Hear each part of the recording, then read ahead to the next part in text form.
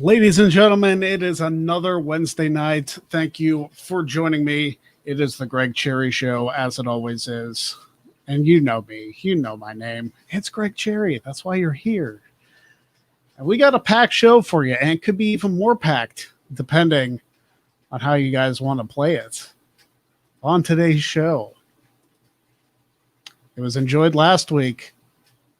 Keep the momentum rolling. It might become a staple now of this show. I had so much fun with it. I appreciate everybody who had fun with it as well. And I will briefly explain the rules of the wheel just in case you missed last week or just in case you wanted a refresher. So I'll go over that. We're going to preview tomorrow's, actually not tomorrow's, episode of Jack of All Trades. It's actually going to be, I'll explain that in a little bit of a programming note a little bit later on. Taking a break from the weird laws of states, we've actually got some weird hygiene labels. That should be interesting. And it is, as it always is, it's the Wednesday Q&A. So ladies and gentlemen, as I mentioned at the top, the wheel is back. The wheel is back. So let me go over some of the rules of the wheel, as I can take this off the screen. As it was last week, the wheel will be spun for every single $5 donation that's made to the channel. Whatever you land on is what you get. There's no changing it up. Now, if you want to donate $25, which somebody did last week, you get the option of spinning the premium wheel, which there's some good stuff on that, or you get 5 spins of the regular wheel. And to add some additional fun to it, each $5 or more donation to the channel, that person, the latest person to do that, will become the Greg Cherry Show champion. And if we reach $100 or more in donations, we will add all the donators' names to a third wheel, and whoever it lands on gets a free spin of the premium wheel. So I hope you guys enjoy it much like you did last week. And that was just a little bit of a recap to everything you found out. Now, on another note, and I will also put in the comments as I do, you would think I would have it after this long put out there. You know me. There's the link. It's also in the description of the YouTube videos, and it's also should be sent to everywhere that this is airing. So if you want to do so, feel free. Now, Jack of All Trades, previewing that for this Friday, putting it as a programming note, the Jack of All Trades match, which was originally scheduled to air tomorrow, is moving to Friday, mostly because Quizlemania is airing tomorrow. I'm not even going to bother trying to compete because while my show is very similar, I'm not going to try and not that I would scoop a whole bunch of fans from them, but I want everybody to enjoy Quizlemania on its own and enjoy Jack of All Trades on its own. So that's why the decision was made. And it's for this week only. It's for this week only. That's going to be airing on Friday. And we'll be back to the Thursday schedules as we move forward. Now, as I say that, oh, good. Jack of All Trades. We have an exciting match. I brought it up last week on the post show, and I'm bringing it up again because you want to check this match out. It is Brett Storm, as you see in the upper left there, facing off against Mark Moffat, who hasn't been on WTC since he won the tournament a couple years ago and faced me for the championship, nearly taking the thing from me. Josh Mansfield, who's a longtime supporter of the Greg Cherry brand. And yes, ladies and gentlemen, that is Wrestle Talks Andy Datson, former 2-time Quizlemania champion. He will be on the show as well. And one of those people is going to be moving on to the championship match. Who do you think it's going to be? We will soon find out. I'm really excited about it. A couple new rounds. If you didn't see last week's episode, go check it out. You will truly enjoy it. It's one of the more fun things that I've come up with.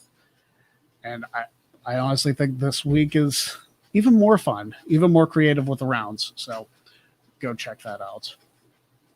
And I know I'm kind of zinging through these a little bit because last week the wheel took up about half the time there.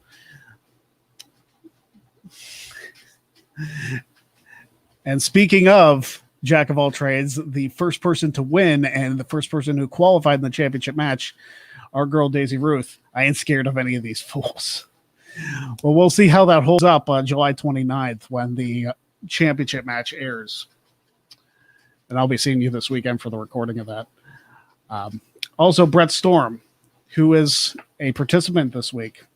I'll definitely be there for the premiere of this week's Jack of all trades and most likely for the post show as well. So you'll be able to hear from him, definitely. And JB3, who competed against Daisy in the inaugural episode, says Daisy is no joke. No, she knows her stuff. And you know what? I think she's a legit threat to the 3 other people that she's going to be facing. Who will those be? Tune in to find out. Now, well, I see if anybody's waiting on the wheel, we're going to jump right in to the weird hygiene labels. I know it seems really early that we're jumping into this, but it's okay. So I know we've been doing the Weird Law Wednesday for the longest time. So I wanted to switch it up. I like doing the weird stuff, but there's some interesting weird hygiene labels. And don't forget that you can still send in your donations for the wheel if you so choose. Let's take a look at some of these weird hygiene labels. Here we go. This first one cracked me up, and it's kind of the reason that I wanted to do this. The first one from Stridex Foaming Face Wash. May contain foam. Thanks there, Stridex. Just because you sponsored SummerSlam a few years ago doesn't mean that you need to teach us how to read, too. It's foaming face wash, and it may contain foam. Thanks. Thanks. I appreciate it. Real helpful.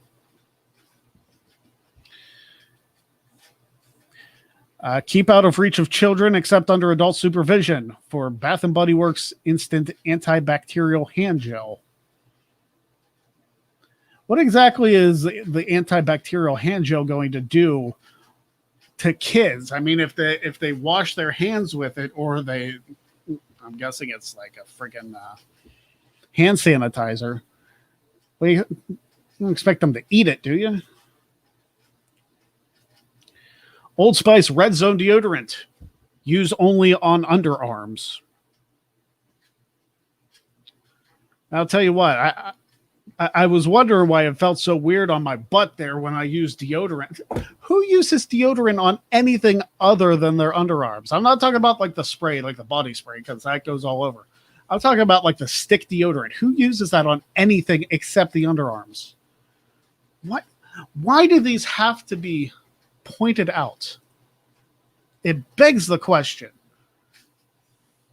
My goodness. Next up.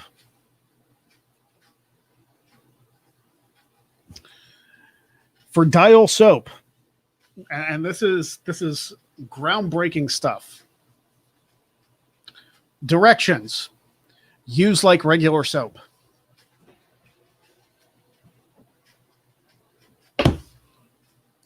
What? Oh my gosh! You mean to tell me that you're supposed to use soap like soap? I am just completely blown away. I don't know what to say. Wow.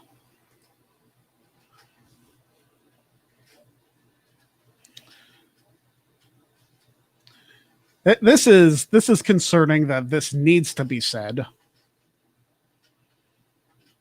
I don't know if this is a brand name or if this is just a general statement. Unknown tampons. Final step, pull up underwear. We have a lady in the chat. I'm not even going to bother messing with that one whatsoever. Why does that need to be said? Should that not be blatantly obvious? Okay, that's all I'll say about that one. Don't need to go any deeper because then it just gets weird.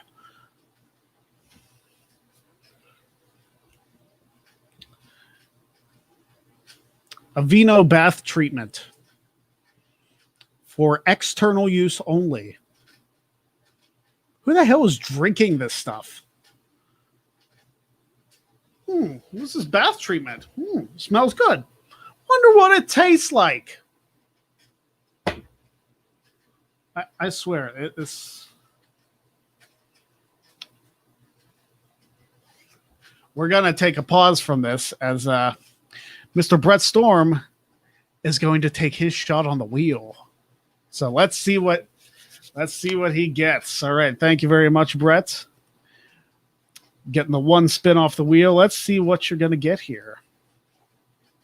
And let us bring up the wheel. If you haven't seen it in all its majesty, there it is. Take the weird hygiene labels off the screen for the time being. What are you going to get, Brett? Let's find out.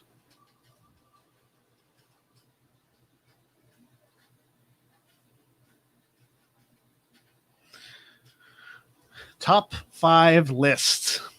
Give me something you want me to make a top 5 list of, and that's what you'll get. I'm surprised with as many entrance spots on the wheel as there are that it hasn't hit that yet. I'm amazed. Truly amazed. And yes, Curtis Butler, strange addiction. There are people who like drink those kind of products, and there is also people that make love to certain products, like cars. Like, why? That one's still disturbing. So, Brett, let me know if you can what you want your top 5 list to be from, and I will get to that real quick. Top 5 WCW pay-per-views.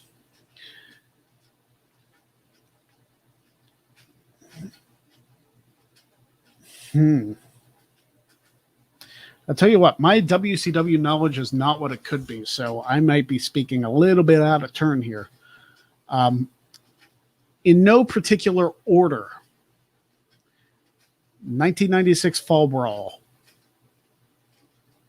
And let's face it, I'm kind of going off of the main events of the shows here.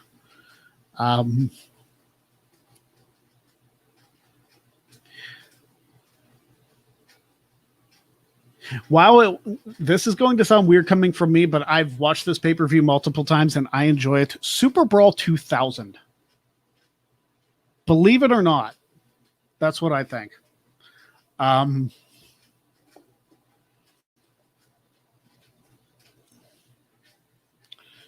Another one. I'm going to say Halloween Havoc 97. They're all got Bash at the Beach 96. I mean, think about what today is. And finally,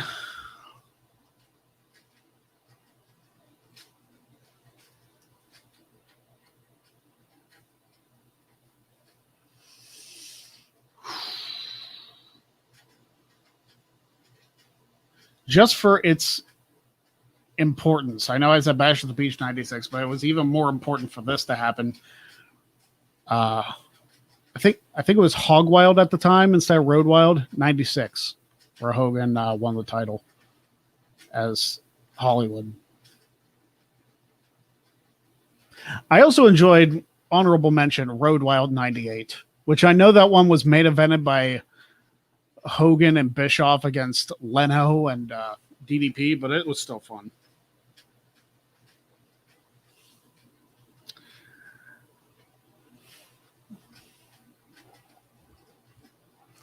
Yeah, I know. It's Halloween. At least I didn't say Halloween Havoc 98. That one's main event was great, but that one also had Hogan Warrior, which was an utter disaster. The Halloween Havoc 97, you figure, had Rey Mysterio, Eddie Guerrero, which is long regarded as some people's favorite matches. Look who's here.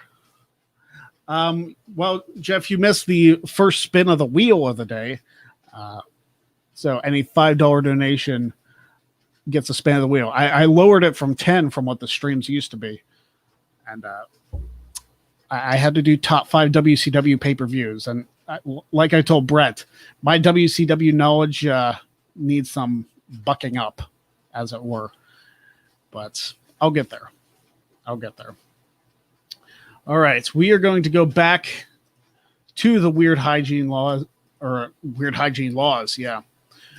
I guess they could be. Weird hygiene labels. So now you kind of know, if you didn't know before, how the wheel works. If you want to send in that donation, you get the spin of the wheel. I've been practicing a little karaoke before the show. Will I be able to sing? That remains to be seen. So here we go. Next one.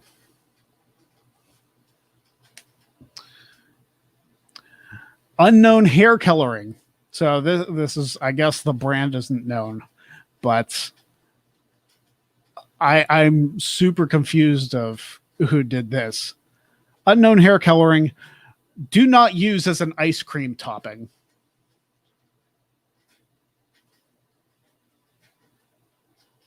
What kind of freaking weirdo decides, hey, I kind of want to be a redhead, but you know what? I also want strawberry syrup for my ice cream sundae. I got the red hair dye here. Close enough. What is wrong with it? Who did this? To the point where somebody had to be like, hey, don't do this. Where is the common sense in this world? Oh my gosh. Brett, I forgot to mention, since you donated that, you are the Greg Cherry Show champion for the time being. So if anybody sends in a $5 donation to get the wheel spun again, then they will take over. Back to more of the stuff.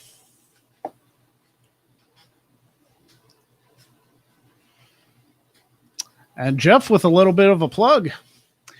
Well, everyone who watches the Jeff Beecham Network will get all the WCW they didn't know they wanted come August 2nd. Somebody's coming back. I'm kind of wondering, should I make Jeff do the wheel stuff too, or just me? Because when he comes back to this show, he's going to have to do some of this. It won't be just me. He might not have the room to do the entrances, but I might make him do stuff. Anyway, back to the weird hygiene.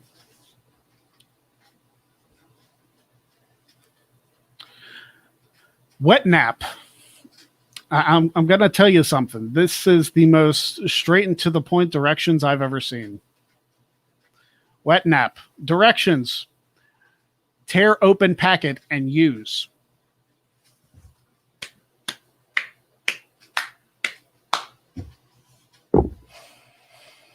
That's the way, wet nap. You tell them, hey, you know what this is. Open it and use it. What's it for? Use it. Doesn't matter what it's for. Just use it.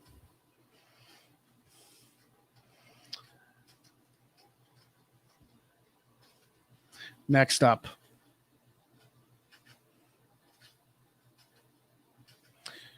In the instructions for an electric thermometer. Actually, no. We're going to go to the one before this because it's almost related, but maybe it's not. For a toilet bowl cleaning brush, do not use orally. I probably don't want the answer to this question, but who is cleaning a toilet with their mouth? Do not send me proof that this is a thing. Please don't send me any proof. Because I'm concerned, now that I said it, that it's actually a thing. Please don't make it a thing. Do not send me any of this.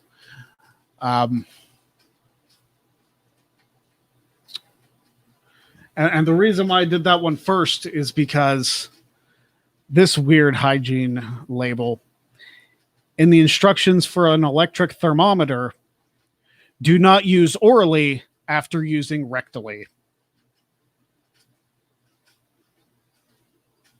I think the thermometer company and the toilet bowl cleaning brush company got together and was like, they're using this for the wrong thing. They really probably shouldn't be doing that. Yeah, it's very concerning. Not sure what to think there.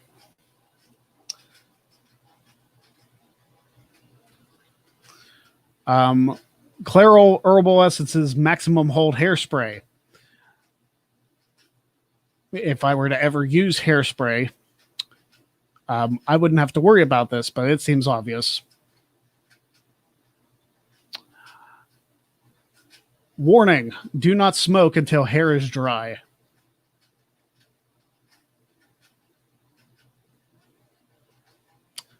Yeah, because you light one up, your hair is going to go up too. Roy, thank you very much for the donation of $3. I have a challenge that I thought could be interesting. If you were to be in charge of either Raw or SmackDown, how would you book your show from April to November? Your goals are to get your stars over and your champions over. You have free will to do whatevs. Roy, thank you very much for that donation. A couple more dollars, you could have got yourself a spin of the wheel, and I would have still answered your question, but no worries. I will answer your question, though. Free reign to do whatever I wanted with Raw or SmackDown. First of all, I feel like I would have to tear down everything about Raw and build it back up. Because SmackDown has a figurehead. I know Lashley is champion on Raw, and he's not doing a bad job. My problem is that it seems like a lot of other people are lost in the shuffle. They don't really have direction. They're just kind of there. And the booking, the constant booking of rematches is insane. I don't understand. Feel free. It's on your account, Jeff. I can bring you in. Not a problem. Yeah, I would build up. I feel like I would have to run Raw. And if I got creative freedom to do whatever I want, first of all, I feel like I would revert Alexa Bliss or give her some new direction because I don't like what she's doing. I'd leave Nikki Cross the same. Give that a chance. Rebuild up Shayna Baszler as a badass. You figure you have to do that. Or at least turn her into a baby face and make her kind of like the anti-hero. Nia Jax, I'd send to SmackDown. I would bring Sasha to Raw to freshen up the division. I would bring up from NXT Dakota Kai after she has a feud with Raquel Gonzalez. Bring her up. And I get rid of the women's tag team titles because you have a severe lack of women's tag teams. I mean, you can't have a women's tag team division and your only people in it are the champions. Like, who do Natty and Tamina have to face? Dana Brooke and Mandy Rose. You can only do that so many times. Sure, Nia Jax and Shayna are kind of still there, but they've run the gamut as far as I'm concerned about being a team. They don't have to do that anymore. You need a strong singles women's division. Look who joined us. I'm not here. Shh, can't see me. No, I could not be on a wrestling-related show, even if it is not 100% wrestling on the NWO's anniversary. I could not do something, goodness sakes. Yeah. Yeah, it is 25 years since that fateful day where we wondered whose side is he on. despite WWE Home Video trying to edit out that part of the show for the better part of a decade. Yeah. So typical. Yeah, my little plug earlier, I kind of got stuff handed to me. I wasn't kind of getting handed to me, but I'll talk more about it once I know for sure everything's going down. But yeah, it's going to be interesting last couple weeks of July and most of August. I'll put it that way. Yeah. But yeah, WCW, as much as the WWF, WWE revolutionized this business with Hogan and then later with Austin and the revitalization of the company, the WCW brand really changed everything. And it started right around this time 25 years ago. And I don't know if Hulk's turn and the subsequent angle with the NWO happening, if it doesn't happen, if we have an industry at this point. Yeah. So, anyway. It was a very important moment. And I do want to say, if you want Jeff to do something on the wheel, now is your time. $5 donations to the Streamlabs link below. In a secluded area of the house I'm staying at. The door is locked, the door is closed. So do what you got to do. Let me actually make sure I lock it now I think about it. There you go.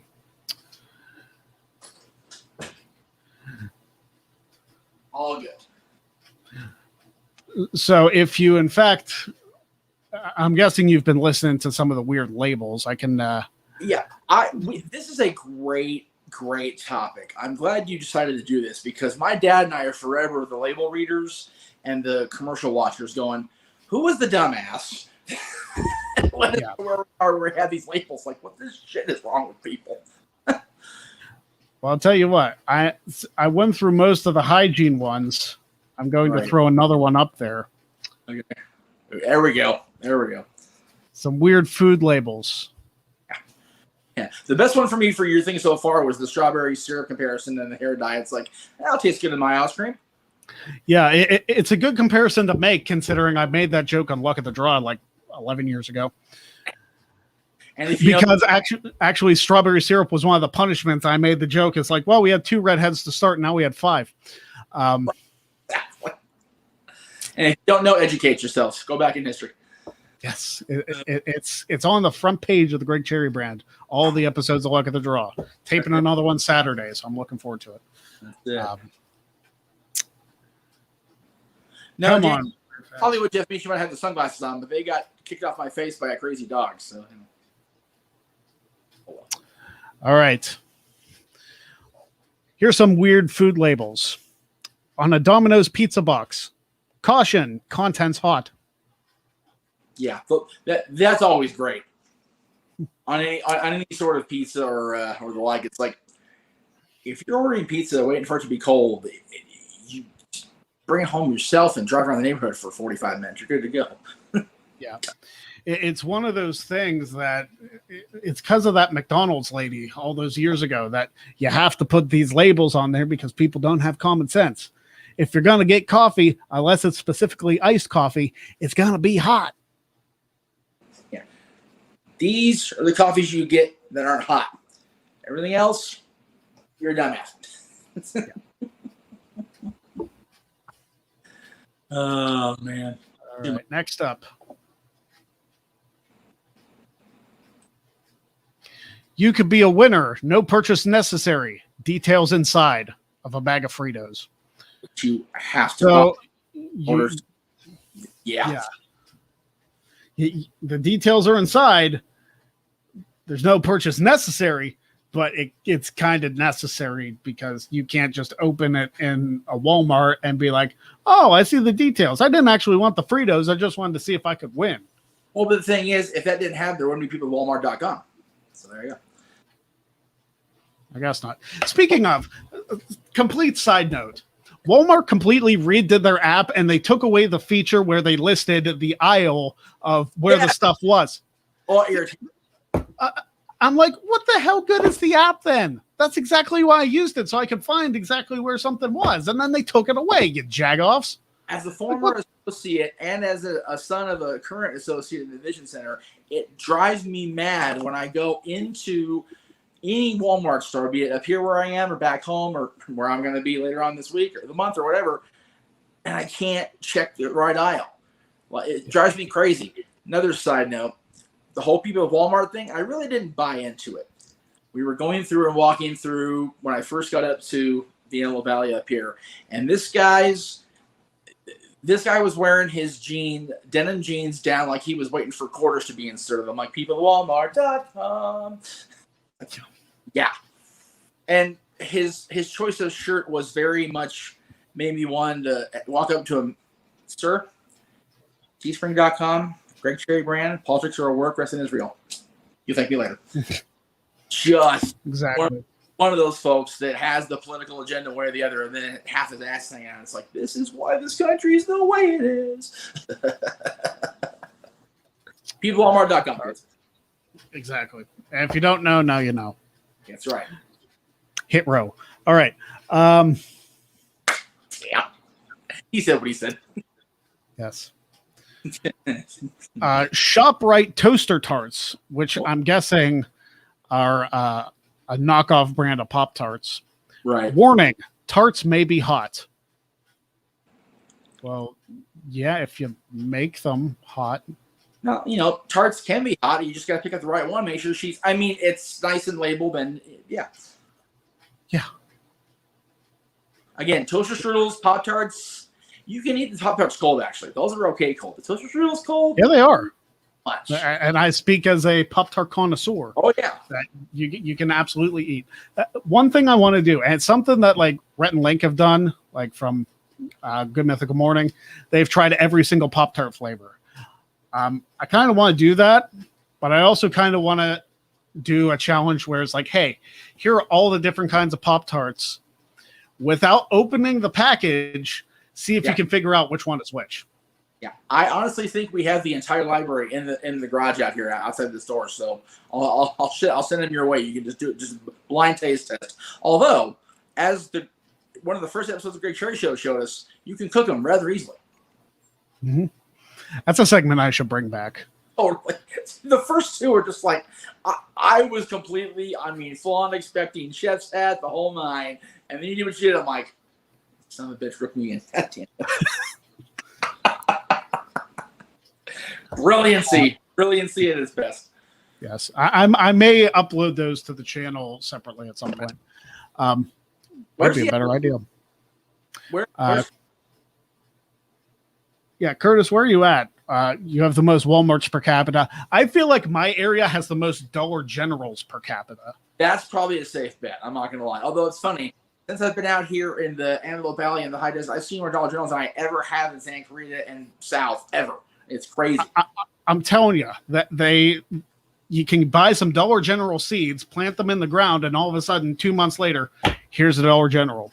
Yeah, I was flabbergasted when I went back to see you guys 8 years ago now, how few Walmarts were in decent driving range. There's a few, but usually in a major area you guys are a suburb of a major area like I am, but even still, we've got 3 just in our little valley of Santa Clarita. I was surprised you guys didn't have as many as I thought you would.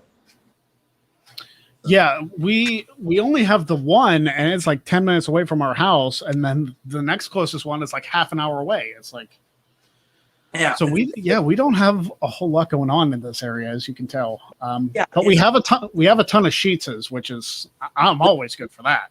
I don't remember ever going to that, and I feel bad not remembering if we ever did. Going to Sheetz? Yeah. Yeah, we went to Sheetz before you came to the house for the first time. Like, it was on our way back. It was like 10 minutes away. Well, when you have a freaking 4-hour drive in and 4 hour, it only took an hour to get back because the snow had finally subsided. We were still hungry as hell. So that's true. Yeah. Okay. Yeah. Tri-state. Yeah. That makes sense. Tri-state area. That's a huge. People don't realize how big the area of Indiana, Illinois, and Kentucky are. It's a huge piece of property as part of the greater U.S. as a whole. And speaking of Illinois, that's also another hint for what's coming in August. Oh, well, there you go. We got hello from Saudi Arabia. The Greg Cherry Show reaching international levels. You love to see it. I love when the folks from Saudi Arabia contact me. It lets me know I've done something right, clearly. Yeah, thank you for joining us. Appreciate it. Yeah, I have a regular. It's not the same person from what I can tell, but I have a regular over on my stuff. Usually during the watch-alongs, because everybody's watching watch-alongs on the network. Right. Because, of course, I'm not doing that anymore because I have regained somewhat of my sanity. And faster. Go ahead, Greg. All right, I was going to go back to the laws, or not the laws, the weird food labels before we hit the Q&A, because I'm actually going to cut the show a little bit short, just because I actually have a trivia match that I have to do tonight. So, and you're gone. I clicked away from you, and you were gone. Are you recording one live, or is it you're going to be broadcasting live? It's a pre-taped one for CWT. Oh, okay, all right. So that'll be fun. And I'm kind of going off of zero preparation, so I'm just kind of jumping in jumping in both feet and seeing what happens. So this is basically your guys' last chance to do a wheel spin if you want to do it. $5 donation to the Streamlabs. We appreciate you as always. Yeah, and I'd love to do it. People are gonna be like, "Yeah, he came back early." You know what? I'm bored. Okay, and I took the break off because I thought I needed a break from this. What I needed a break from was over here, what you guys can't see.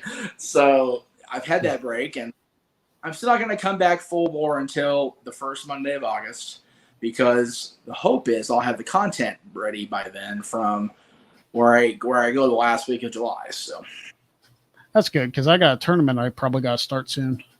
I'm not talking about the Jack of all trades one, which is ongoing. Right. Yes. But I'm talking about the big one, which I may only do 8 people this year.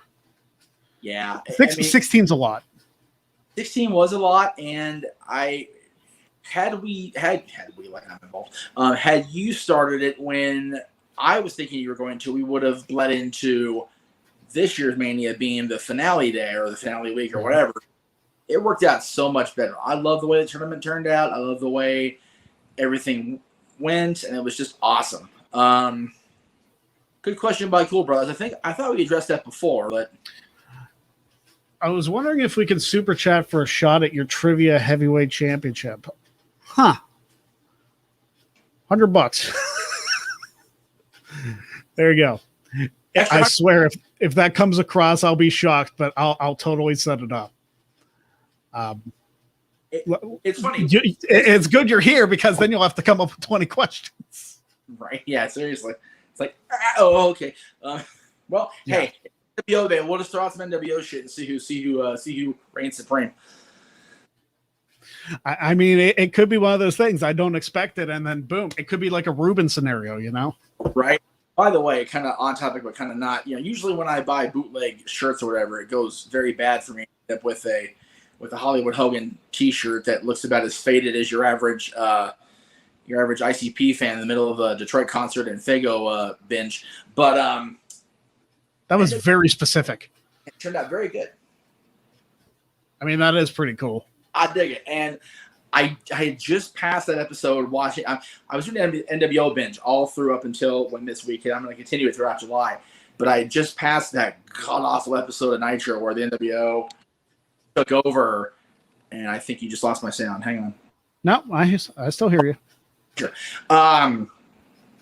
And just remembering how bad it was to watch it in the moment. Just the takeover turnover time just took forever, but it was such a fun night, and it was really the last Nitro before everything really started hitting the skids because of what happened. So anyway, I'm being called away myself for dinner, so you guys have lost your opportunity to spin the wheel and make me deal, unfortunately. But but you still got me for the time being, and we're gonna close out the food labels thing and get into a couple questions. Yes, and I will be in my studio Friday night, so I may end up doing something over the week. I know this coming Friday on the Jeff Meacham Network is going to be Dad's Not Always on Wrestling's top NWO moments. So that'll be coming up at the end of the week. So keep taking that on. Yes, it's July 9th. No, we're not doing the Russo segment. That doesn't count. Trust me. Thank you guys very much. I'm glad to see you, Greg. I'm glad things are going well with Jack of All Trades and WTC, and I will be popping in more often. I bet. All right. We'll see you, Jeff. Take Have it a easy. good one. Well, that was a little unexpected, but that was fun.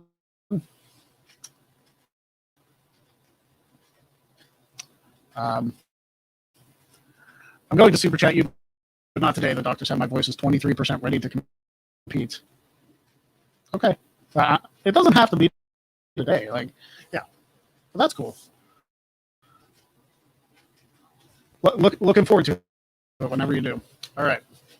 We're going to get into the Wednesday Q&A here real quickly before I have to scoot off and do a little bit of trivia. So I'm going to find a couple questions, and then if anybody donates, we'll see.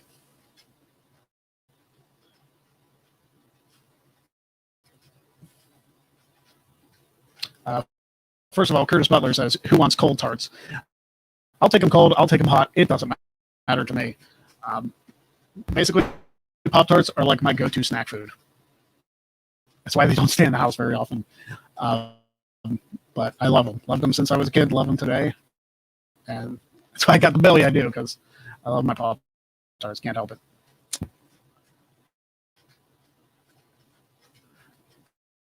And also from Curtis, in your opinion, and this is a really good question, what was the best year of SmackDown? I'm going to exclude 99 simply because it wasn't a full year. And Daniel, I did see years earlier. I'll get to it. I'll get to it before I sign off. Best year of SmackDown. I feel like it's almost cliche to say 2002, just because you figure that's when the draft happened. That's when you had Cena and Batista come up, along with Orton, and Lesnar was really dominating SmackDown also that year. So 2002 is a good year. 2003 is probably right behind it. I just love it. I'm very ruthless aggression centered. There's some people out there who don't like the ruthless aggression era. I loved it just because it was the stuff I was growing up with in high school. It was still good. Like I still really enjoyed it. So yeah, I would have to go with that. 2004 was a good year, maybe not the best. 2005 was a strong year also, but I feel like 2002 was just so good for SmackDown. You figure that was the first full year that they had the giant fist above one of the best sets that they've ever done for any show. It's just so iconic, that massive fist above the SmackDown stage. So I would go with 2002. I really think that was one of the best years. And they've had good years since then. But I would say 2002 is probably the best overall year for SmackDown. Daniel wants to know my thoughts on Jimmy Uso's DUI arrest. It's a shame. And it's a shame that continues to happen. He needs to get help. And some people were worrying about the storylines. Like take storylines out of it. I mean, it's a man who has a problem. And he needs help to fix his problem. Like his wife, Trinity, like Naomi, whatever you want to call her, needs to get him into like some sort of rehab, because this is not okay. It's going to screw up his career. It could screw up his and maybe other people's lives. Like he blew 2.5 times the legal limit of alcohol. That's not okay. It's not even close to okay. He should have been like arrested on the spot. I think he might have been. He might have spent some jail time, but it's not a good thing, man. It's not good. Like Jimmy Uso, Jonathan Fatu, whatever you want to call him. I pray that you get the help you need, because it's clear that you do. You need some help before you or somebody you love or somebody that somebody else loves gets hurt, because your actions have consequences. And I don't know if it means that anything coming from little old me. Like who am I? But it's just not okay. I agree, Curtis. Get a Lyft or an Uber. Like that.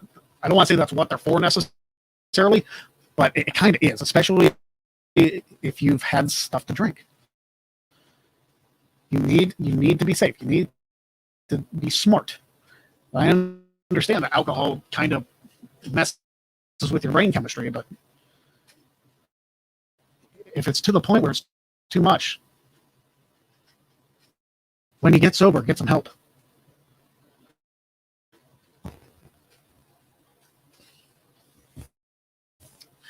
Daniel, what's the best year of Nitro? 97. 97 or 98. Because you could say 96, but the NWO didn't start till the summer. So, I mean, everything before that was kind of just there. But everything with the NWO stuff on Nitro, how important that entire storyline was in 97 and 98 also.